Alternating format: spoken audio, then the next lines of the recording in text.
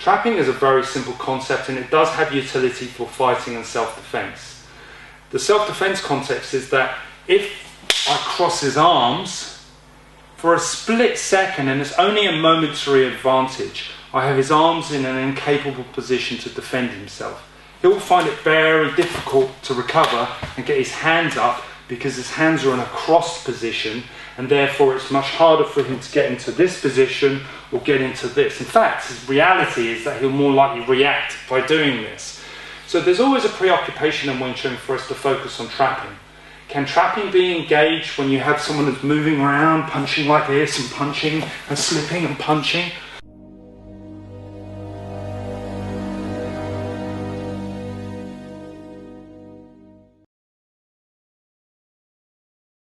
So a popular strategy applied by most Wing Chun practitioners is this concept of trapping.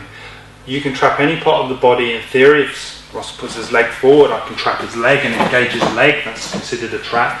But primarily, when we discuss trappings in a general sense of the term, we often talk about crossing the arms, controlling the arms. Putting them in an incapable position so the guy can defend himself will make it really difficult.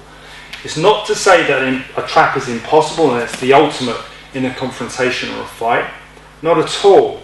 If you trap the guy's arms, you have a split second in which to take advantage of him. The reality is, as soon as you cross, the guy will rear up and punch. He'll swing out and punch. He's unlikely to allow you to trap his hands in the first place. He's got full credit to defend himself. But secondly, and more importantly, he's unlikely to stay in that position. So the basics of course, Al, is that you learn how to trap and control the arms. And that's an important concept because what it teaches you is that a fighter has two arms. There's a common saying, I believe, punchers fight in bunches or punches in bunches.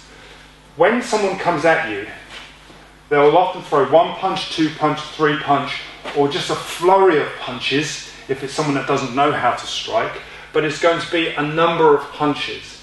And that dictates whether they're going to have one or two arms. You haven't got a one-armed boxer, you've got a two-armed fighter, you've got someone who's coming in and he's throwing two punches.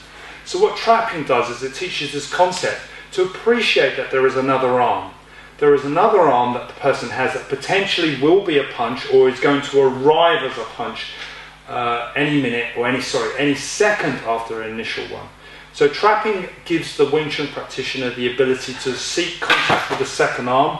So the idea of trapping is to engage a response from this second hand that will be his punching hand. Bang. That's the concept of it. It's not a dead hand. It is a live hand. It is a hand that's going to follow through straight away. That it goes 1, 2, or 1, 1, 2 straight away. So the idea is that I engage or seek contact with this hand.